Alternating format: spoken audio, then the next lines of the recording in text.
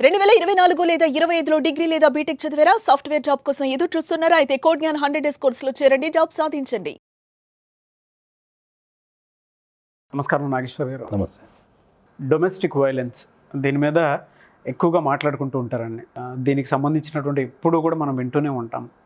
అయితే ఇది దేని కిందకు వస్తుంది అంటే డొమెస్టిక్ వైలెన్స్లో అసలు ఏమేమి ఉంటాయి, ఏ విధంగా దీన్ని పరిగణలోకి తీసుకొని లీగల్గా ప్రొసీడ్ అవుతారంటారు?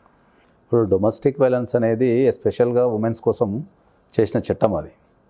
అంటే కుటుంబ సభ్యులు ఒక ఇంట్లో ఒక ఉమెన్కి ఇతర కుటుంబ సభ్యుల వల్ల ఏదైనా ఇబ్బంది కలిగినప్పుడు వాళ్ళు డొమెస్టిక్ వైలెన్స్ కింద కేసేసి వాళ్ళకి కావాల్సిన రిలీఫ్ పొందే అవకాశం ఉంటుంది. డొమెస్టిక్ వైలెన్స్ అనేది చాలామంది ఏమనుకుంటారంటే, జనరల్గా డొమెస్టిక్ వైలెన్స్ అంటే ఏంటంటే పెళ్ళైన అమ్మాయికి అత్తగారింట్లో కుటుంబ సభ్యుల వల్ల ఏమైనా ఇబ్బంది కలిగినప్పుడు ఆ ఇబ్బందుల నుంచి మనము ఎదుర్కోవడానికి కేసు అని జనరల్ అనుకుంటారు. కానీ according to domestic violence act ప్రకారం ఏంటంటే ఎనీ అమ్మాయి, పెళ్ళైన అమ్మాయి కావచ్చు, పెళ్లి కాని అమ్మాయి కావచ్చు, కోడలు కావచ్చు, అత్త కావచ్చు, ఏ రకమైన ఉమెన్ అయినా సరే ఒక ఇంట్లో ఉన్నప్పుడు వాళ్ళకు ఇతర కుటుంబ సభ్యుల వల్ల, ఇతర కుటుంబ సభ్యులు అంటే ఆడవాళ్ళు కావచ్చు, మగవాళ్ళు కావచ్చు, వాళ్ళ వల్ల ఏమైనా ఇబ్బంది కలిగినప్పుడు వీళ్ళు కోర్టుకు వెళ్ళి రిలీఫ్ తీసుకోవడాన్నే మనం డొమెస్టిక్ వైలెన్స్ అని జనరల్గా చెప్తాం మనం దాన్ని. ఇప్పుడు డొమెస్టిక్ వైలెన్స్ కింద మనకు ప్రధానంగా డొమెస్టిక్ వైలెన్స్ కింద చాలా రిలీఫ్లు ఉన్నాయి. ఇప్పుడు ఫిజికల్ హెరాస్మెంట్ ఒకటేనా, మెంటల్ హెరాస్మెంట్ కూడా? Physical harassment, mental harassment, financials చాలా వస్తాయి దీంట్లో. దాంతోపాటు ఇక చాలా రిలీఫ్లు ఉన్నాయి దీంట్లో. ఇప్పుడు మీకు జనరల్గా ఇప్పుడు ఒక అమ్మాయి ఉంది ఇంట్లో అనుకుందాం, ఆమె జాబ్కి వెళ్ళడం ఇంట్లో వాళ్ళకి ఇష్టం లేదనుకో, డొమెస్టిక్ వైలెన్స్ కింద కేసు వేసుకోవచ్చు. ఆమెను ఆపే అధికారం లేదు ఎవరికి. అట్లా తర్వాత ఇంట్లో ఉన్న ఆడవాళ్ళని ఎలా పడతాడో పిలవకుండా కూడా వాళ్ళకి రెస్పెక్ట్ ఇచ్చే గౌరవంతోనే పిలవాలా. ఇష్టం ఉన్నట్టు నేమ్ కాలింగ్ అంటారు దాన్ని. అంటే రావే ఇటు రావే అటు పోవే అని పిలవడానికి లేదు. జనరల్గా వాళ్ళకి కంపల్సరీ గౌరవాన్ని ఇచ్చే వాళ్ళని సంబోధించాలి. అట్లా నేమ్ కాలింగ్ కూడా మనం చేయనీకి లేదు డొమెస్టిక్ వైలెన్స్ కింద. తర్వాత వాళ్ళ ఆఫీసుల దగ్గరికి వెళ్ళి గొడవ చేయటాలు కానీ, లేకపోతే వాళ్ళని అనుసరించడం కానీ చేయనీకి లేదు. ఇప్పుడు డొమెస్టిక్ వైలెన్స్ కింద ఇప్పుడు ఎవరైనా ఆఫీస్ దగ్గరికి వెళ్ళి గలాట చేయడం కానీ, స్కూల్ దగ్గరికి వెళ్ళి గలాట ఇట్లా చేసినప్పుడు ఏంటంటే వాళ్ళు ప్రొటెక్షన్ తీసుకోవచ్చు. ఓకే. ఈ డొమెస్టిక్ వైలెన్స్ అనేది మనం 2 పద్ధతి ద్వారా అప్లై చేయొచ్చు. డౌరీ కేసు కూడా? డౌరీ కేసు వేరే. కాకపోతే కట్నం కింద ఏమన్నా స్త్రీధన అంటున్నట్టు, అంటే పుట్టింటి వాళ్ళు అమ్మాయికి ఏదన్నా పెట్టుపోతలు పెట్టినప్పుడు, అది అత్తగారింట్లో ఉన్నప్పుడు, లేకపోతే వాళ్ళు వాడుకున్నప్పుడు దాన్ని మనం వసూలు చేసుకునే అధికారం, స్త్రీధనం మనము రిటర్న్ బ్యాక్ అడిగే అధికారం డొమెస్టిక్ వైలెన్స్ కింద ఉంది. సో తర్వాత కాంపెన్సేషన్ కూడా అడగచ్చు. ఓకే. ఒక అమ్మాయి డొమెస్టిక్ వైలెన్స్ ద్వారా, ఇప్పుడు కొంతమంది ఏమంటారంటే పెళ్ళి అయిపోయిన తర్వాత జాబ్ మానేపిస్తారు బలవంతంగా, నువ్వు జాబ్ చేయాల్సిన అవసరం లేదు అని చెప్పేసి. సో దాని తర్వాత డొమెస్టిక్ వైలెన్స్ జరిగింది అనుకుందాం, వాళ్ళు ఏదైతే లాస్ అయినలో అమౌంట్, దాన్ని కాంపెన్సేషన్ కింద కూడా అడిగే అధికారం డొమెస్టిక్ వైలెన్స్ కింద ఉంటుంది. తర్వాత డొమెస్టిక్ వైలెన్స్ కింద మెయింటెనెన్స్ అడిగే అధికారం కూడా ఉంటుంది. మెయింటెనెన్స్ కూడా మనం డొమెస్టిక్ వైలెన్స్ కింద వెళ్ళి మనం మెయింటెనెన్స్ వరకు రావడానికి ఎటువంటి కారణాలు ఎక్కువగా ప్రేరేపిస్తాయి సార్?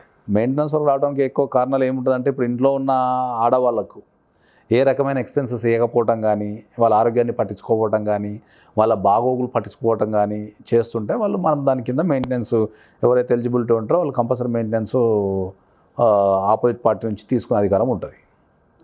దాని తర్వాత రెసిడెన్స్ ఆర్డర్స్ ఉంటాయి.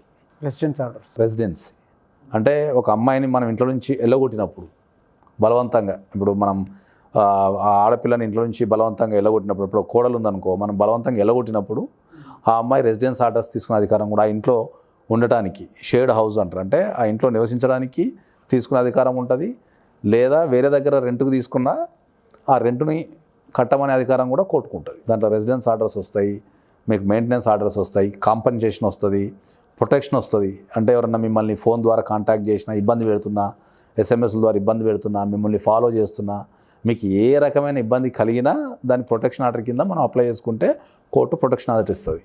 సరే, ఫిజికల్ హెరాస్మెంట్ కానీ, బాడీ షేమింగ్ కానీ అటువంటివి చేయటం, లేదంటే కొంతమంది మహిళలకైతే ఇంట్లోనే తెలియకుండా వీడియో ఆడియో రికార్డ్ చేసి బెదిరించడం అట్లాంటివి చేసేది, ఇదంతా దేని కిందకు వస్తుంది సార్? ఇదంతా క్రిమినల్ కిందకి వస్తుంది మనకు. ఒకవేళ ఇంట్లో తెలియకుండా వీడియోలో అవన్నీ తీసినప్పుడు మనకు క్రిమినల్ కిందకి వచ్చేస్తుంది. క్రిమినల్ యాక్ట్ కింద 354D కానీ 354 కింద 4 సెక్షన్ ABCD అని దాంట్లో వచ్చేస్తుంది. సో అది క్రైమ్ కిందకి వస్తుంది. డొమెస్టిక్ వైలెన్స్ అనేది ఎప్పుడైనా కూడా సివిల్ కేసు అది. ఓకే. దాంట్లో ఓన్లీ సివిల్ రెమెడీసే ఉంటాయి. అంటే మనం కోర్టుకి వెళ్ళి మనం కాంపెన్సేషన్ అడగచ్చు, లేదా మెయింటెనెన్స్ అడగచ్చు, లేదా ప్రొటెక్షన్ ఆర్డర్ అడగచ్చు, లేదా రెసిడెన్స్ ఆర్డర్ అడగచ్చు. ఇట్లాంటివన్నీ సివిల్ రెమెడీసే ఉంటాయి. సో మెయింటెనెన్స్ ఇప్పుడు ఎప్పుడైనా కూడా మీకు డొమెస్టిక్ వైలెన్స్ అనేది సివిల్ రెమెడీస్ కిందకే వస్తుంది. ఈ డొమెస్టిక్ వైలెన్స్ అనేది మనం కోర్టులో కేసు వేసుకోవడం ద్వారా కానీ, లేకపోతే ప్రతి జిల్లాకు ఒక ప్రొటెక్షన్ ఆఫీసర్ ఉంటారు. కోర్టుకు వెళ్ళి మనం అప్లై చేసుకోవచ్చు, లేదా మనం ప్రొటెక్షన్ ఆఫీసర్ దగ్గరికి వెళ్ళి కూడా మనం అప్లై చేసుకోవచ్చు డొమెస్టిక్ వైలెన్స్ కింద. సో ప్రొటెక్షన్ ఆఫీసర్ కూడా చర్యలు తీసుకునే అధికారం ఉంటుంది. డొమెస్టిక్ వైలెన్స్ కింద ఎవరి మీద అయితే కంప్లైంట్ ఇస్తారో వాళ్ళని పిలిచి కౌన్సిలింగ్ చేయడం కానీ, లేకపోతే వాళ్ళకి ఇమ్మీడియట్లీ ఏమైనా రిలీఫ్ కావాలా, వాళ్ళు ఉండడానికి ఇల్లు లేదనుకో ఇమ్మీడియట్లీ వాళ్ళు ఇల్లు అరేంజ్ చేస్తారు, లేకపోతే హాస్పిటల్ సహాయం కావాలనుకో ఇమ్మీడియట్లీ హాస్పిటల్కి తీసుకెళ్ళి ట్రీట్మెంట్ ఇప్పించడము అనేది ఈ ప్రొటెక్షన్ ఆఫీసర్లు చేస్తుంటారు. ఒకవేళ కోర్టు ఏదైనా ఆర్డర్ ఇచ్చినప్పుడు కూడా అది పాటించేటట్టు చేయడం కూడా ప్రొటెక్షన్ ఆఫీసర్ డ్యూటీ ఉంటుంది. అప్రోచ్ ఎన్ని టైప్స్ ఉంటుందండి వీటికి? 2 టైప్సే. మనం ఒకటి వెళ్ళి మనము ప్రొటెక్షన్ ఆఫీసర్ దగ్గర అప్లికేషన్ వేసుకోవచ్చు, లేదా డైరెక్ట్ వెళ్ళి మనం నియరెస్ట్ మెజిస్ట్రేట్ దగ్గర కూడా అప్లికేషన్ వేసుకోవచ్చు. వాళ్ళ అవసరాన్ని బట్టి మనం అప్లికేషన్ వేసుకోవచ్చు. సో పోలీస్ స్టేషన్కి వెళ్ళాల్సినంత డొమెస్టిక్ వైలెన్స్లో పోలీస్ స్టేషన్కి వెళ్ళాల్సిన అవసరం అయితే ఏముండదు. అది ఒకవేళ పోలీస్ స్టేషన్కి వెళ్ళాలి అంటే మళ్ళీ క్రిమినల్ కిందకి వస్తుంది. జనరల్గా పెళ్ళైన వాళ్ళకైతేనేమో 498 వస్తుంది. ఇంకా ఇతర వ్యక్తులు ఎవరైనా ఉంటే దానికి తగ్గట్టు మనం చూసుకోవచ్చు. ఓకే. ఈ అత్త కోడళ్ళకి సంబంధించిన గొడవలు వచ్చిన అవి కూడా డొమెస్టిక్ వైలెన్స్ కిందకే వస్తాయి. సో జనరల్గా డొమెస్టిక్ వైలెన్స్ అనేది దీంట్లో ఇప్పుడున్న ప్రజెంట్ ట్రెండ్లో ఒక 2 విషయాలు మనం ప్రధానంగా చర్చించాలి. ఒకటి ఏంటంటే చాలామందికి ఏంటంటే డొమెస్టిక్ వైలెన్స్ కేసు అనేది ఓన్లీ పెళ్ళైన అమ్మాయి మాత్రమే వేస్తారు అనేది జనాలలో ఒక అపోహ ఉంది. అవును. సో డొమెస్టిక్ వైలెన్స్ అనేది పెళ్ళైన అమ్మాయి ఒక్కటే కాదు, అత్తగారు కూడా వేయచ్చు కోడల మీద. అత్తగారు కూడా కోడల మీద వేయచ్చు కేసు డొమెస్టిక్ వైలెన్స్ కింద.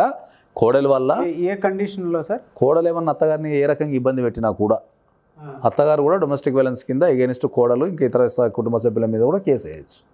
ఇది చాలామంది తెలియదు. చాలామంది ఏంటంటే మా కోడలు మమ్మల్ని సతాయిస్తుంది, మమ్మల్ని హరాస్మెంట్ చేస్తుంది, మేము ఎక్కడ చెప్పుకోలేకపోతున్నాము అని చెప్పేసి చాలామంది అది ఇబ్బందులకు గురవుతుంటారు. సో అత్తగారు వేసుకోవచ్చు. ఇంకో రెండో విషయం ఏంటంటే డొమెస్టిక్ వైలెన్స్ అనేది ప్యూర్లీ ఉమెన్ కోసం రూపొందించిన చట్టం మాత్రమే.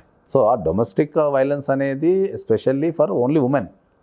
సో అది ఉమెన్ కోసం చేసిన చట్టమే తప్ప మగవాళ్ళు డొమెస్టిక్ వైలెన్స్ కింద కేసు వేసుకునే అధికారం లేదు. ఈ 2 ప్రజెంట్ ట్రెండ్లో బాగా మనం క్లారిఫై చేయాల్సిన అన్నట్టు. ఒకటి డొమెస్టిక్ వైలెన్స్ ఎవరు వేసుకోవచ్చు, మగవాళ్ళు కూడా వేసుకోవచ్చు అనేది ఒకటి ఉంది కాబట్టి అది లేదు అని మనం చెప్తున్నాము. ఆ ప్రొవిజన్ లేదు, మగవాళ్ళు వేసుకోవడానికి ప్రొవిజన్ లేదు. సో అత్తకి కాంపన్సేషన్ కూడా ఉంటుందండి? ఎటువంటి ఉంటుంది అక్కడ జరిగిన హరాస్మెంట్ని బట్టి. మొన్న ఢిల్లీలో కూడా ఒక జడ్జిమెంట్ వచ్చింది. అత్త కొద్దిగా మంచాన పడి ఉంటే కోడలు సేవలు చేయకుండా, ఆమె డ్యూటీస్ నిర్వర్తించకుండా మంచం మీద ఉన్న అత్తగారినే చీపురు కట్టతోని వాటితోని ఇంకా ఎందుకు బతుకున్నాను ఇట్లా కొడుతూ అటువంటి కొన్ని వీడియోలు కూడా బయటకు వచ్చినాయి. దాని మీద డొమెస్టిక్ వైలెన్స్ కింద కంప్లైంట్ ఇస్తే వాళ్ళు తీసుకొని వాళ్ళు దానికి సంబంధించిన చర్యలు చేసి అత్తకు న్యాయం చేశారు. సో అత్త కూడా వేసుకోవచ్చు డొమెస్టిక్ వైలెన్స్ కేసు అనేది, కోడల మీద అత్త కూడా వేసుకోవచ్చు. ప్రస్తుతం అయితే చాలా ఎక్కువగా చూస్తున్నాం.